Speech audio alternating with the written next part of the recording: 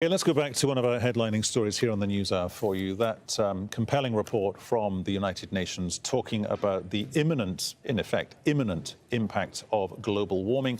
They've shortened the timeline on this. They're basically saying it's not 70 or 80 years away. It is no more than a generation away until the consequences of rampant climate change begin to have a big impact around the world. Let's talk now to Apollos Nwafor.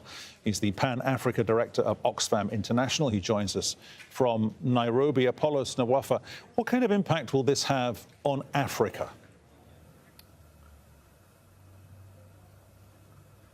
Thank you. The impact on Africa will be worse imagined than told in reality, because the report just released a few hours ago shows that by 2030, which is the same timeline that we're hoping to end extreme poverty globally, and particularly in Africa, that global warming will have disastrous effects on people.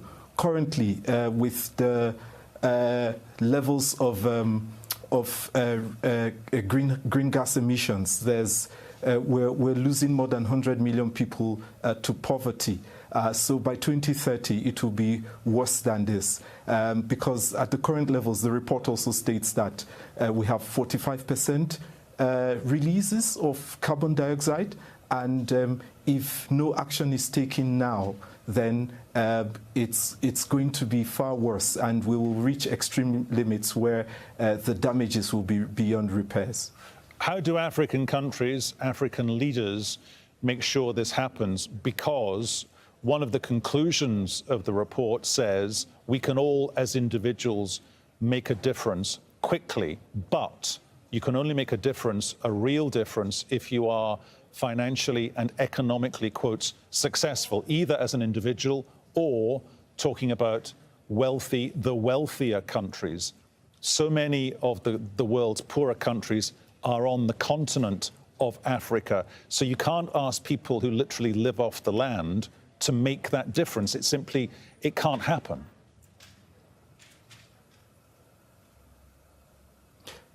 Absolutely. I think the first thing we need to now see is that because of the levels of emissions that these African countries, a lot of countries in the continent, are not responsible for this, but yet they bear the brunt of the consequences of this. So there needs to be a shift in the global economy. First, we need to look at climate financing strategies that ensure that we sort of speed up climate action related to issues like agriculture, food security, livelihoods, and migrations. And that's because migration is no longer a choice for lots of people in the continent. It is now a must because of global warming. You know, you look at countries like the northern part of Nigeria, you look at countries like Mali and the others where there seems to be a lot of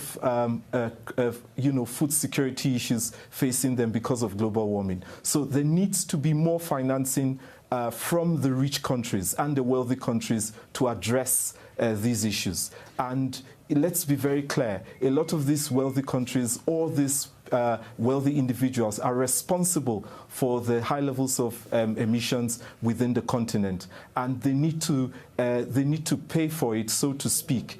Secondly is that we need to be clear about the policies and strategies that our African governments have developed. And that means that we need to see more and better actionable policies to ensure that we are able to keep emissions between 1.5 and 1 degrees by the time we get to 2030.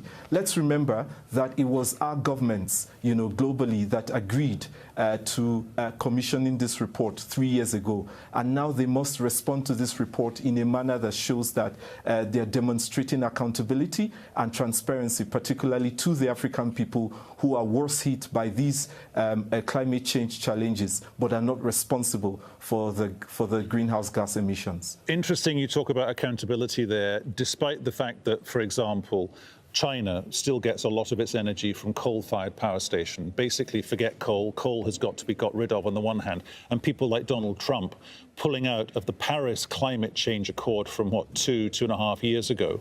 Where you are in Africa, is there a plus here? Because there seems to me to be a cultural shift, which is the change has gone from you first to follow me. There are some countries in Africa that proudly are saying, look, we can actually do this despite the fact that the odds are stacked against us as a nation, as a people who maybe in certain countries predominantly do still live off the land, where there are high percentages of migratory movements across the continent.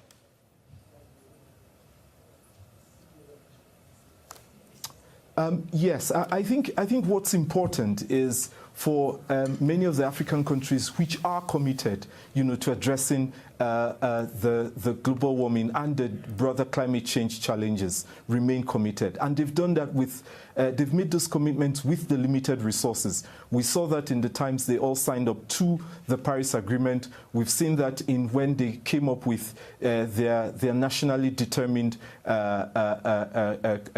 carbon reduction plans. We've seen that in some of their national budgets and when they do their medium-term expenditure framework, showing how they are going to sort of spend and finance the reduction of greenhouse gas emissions. But more needs to be done, and more needs to be done by these countries. I think it's sad that any country will pull out from the agreement, because the agreement provides a framework for broader partnerships and collaborations, and that needs to happen better. One other thing that's important is around the fact that there needs to be public accountability of actions, and looking at a situation where countries are able to report publicly on progress, report publicly on financing, particularly for rich and wealthy countries, and as well as how that money is spent to ensure that we're helping people to walk away from poverty. Generally, the African Union has committed itself to this, So for instance, the African Union has said that 2019, it's going to be its year, of dealing with refugees and migration. And a climate perspective to this remains important. So I think the continent has remained committed. What needs to happen is that we need to see actions that are accountable, we need to see financing that's sustainable, and we need to see a people-centered approach, an approach that puts people at the center and provides community solutions to these challenges. Okay, we'll have to leave our conversation there. Apollos Nwafor there in Nairobi. Thank you very much.